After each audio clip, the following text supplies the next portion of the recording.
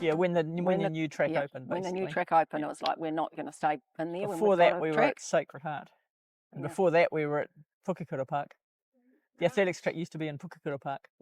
We got more people because they were so excited. Yeah, that they had initially, because it was Olympic, it was Mondo, so this was the Sydney Olympics, I think. Yeah, it was Sydney Olympics. We're testing it, so we had an Olympic, surface, and it certainly made training and racing better because it didn't matter. You weren't going to muck up the grass and you weren't going to fall over and all of these things that come with being an all-weather facility. To start with, here we didn't have lights, so although we moved to a nice track, we still had the problem of it. When it got dark, that was sort of it kind of thing. And when we had to resurface this one because of the problem with the drainage and things, we were out on Carnival Park there and we had a track marked out there. And I remember it was still 400 metres. Did we get 400? Yeah, we had 400. Yes. But there was different configuration to this, so that had sort of longer straights and tighter curves. we had a few people spinning down the out. Back, it was uphill, and you came round the bend, and then it went downhill. It was a lot of fun. Not so much when it rained. Then when we finally got this track built, having had various proposals going right back, if you look through the history as to where it was going to be. Well, it was going to be where the cycle, velodrome thing was, but then that wasn't going to fit. So then they sort of said, we could have 6 lanes, and we said, well, don't be stupid. That's you wouldn't build a rugby field that's only 50 metres long or something and say that'll do or whatever. So there was one planned actually for the backfields of Rugby Park. Yeah, but it wasn't enough room. There wasn't, and they had eight, but the light towers in lane 6 would be in lane 6. It's like right. there's a bit of a problem with that. You can't. That's just not going to have work. An obstacle in the way.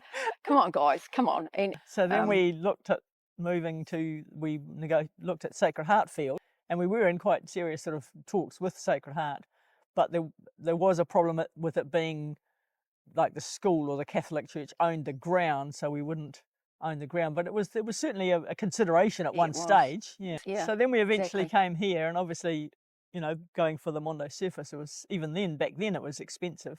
Mondo people wanted to sort of showcase the Mondo surface as the best running surface there is, sort of thing. And Wally was the main sort of negotiator over that, and so it was great to have the first ever Olympics style track in New Zealand here in Little Inglewood. It was the first event we had. Oh God! We got the New Zealand Secondary School Athletic Championships not long after we had built it. And sort of as it approached, we haven't had rain for sort of 3 weeks. It's turning into a drought as far as Taranaki is concerned. Here comes the secondary schools, and we had terrible weather for the first 2 days basically. Yes. We had it was pretty bad. We had problems with the toilet getting blocked over. They were building the fence because the fence hasn't sort of been completed, so they put a great big fence post and it went straight through the sewer pipe. And we wondered why all the toilets were overflowing out there. We had nationals last time. We had it was way worse than that. It was just you couldn't see. Yeah. Like I remember Rodney and myself went to peg down the shot put little tent. We could hear this noise, and it's like, what the hell is the noise? It was athletes running, but we couldn't bloody see them. It was terrible. And I think a lot of kudos has to go back to the late Norm Reid. Like it was his vision.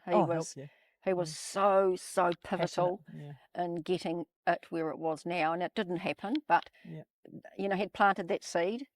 Sadly, he never lived long enough. No, he'd been stoked. He'd been absolutely stoked with this. It's very sad. Yeah, he was just an amazing man, and Wally was one of them. Was a big part in why we got this today. Business acumen and just his personality to people didn't sort of want to say no to him kind of thing. They really wanted to help kind of thing. Yeah. I think also, Hayley, a big thing about why this place is successful is people actually like coming here. The officials love coming here because we treat them like our family. Like we make sure they're fed, that they've got water, that they've got sustenance through the whole day, because they're big long days, and our officials are an ageing population. But not just let the athletes, we do what we can to make sure their journey here and their experience here is a good one. And I think that gets lost sometimes in the big centres. We're a little community, but we're a really strong community based, not a great big city. Yeah, and we've got a really good relationship with the Inglewood Rugby Club. They've been great. Like when it was time to put all all the foundations down, they were there. I mean, we're so passionate about it and so grateful that we had a man like Norm Reed who had a vision. Yeah. Yeah, we're so lucky. And I think because it's little New Plymouth, Inglewood, you just get that village thing, like the Colgate Games. This was the Colgate Village. When we first had the first Colgate Games, it was Colgate Village. And it's no disrespect to the bigger cities, I just don't think they've got what we've got.